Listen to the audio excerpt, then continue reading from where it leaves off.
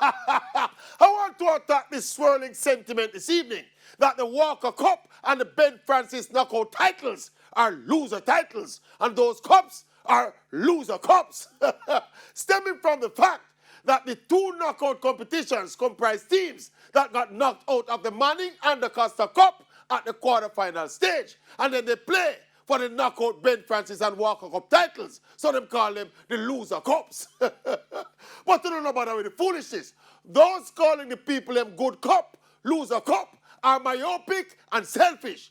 There are dozens of schools playing in the Manning Cup and many dozens playing in the DaCosta Cup, with a maximum of 6 titles to be shared across the board, including the Ben Francis and the Walker Cup.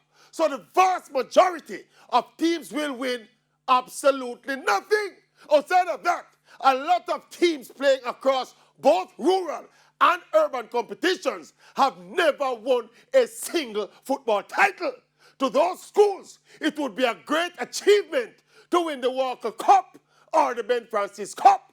So all those sour losers who are style up the People Them Cup, remember this, it is always better to win something than to win nothing at all.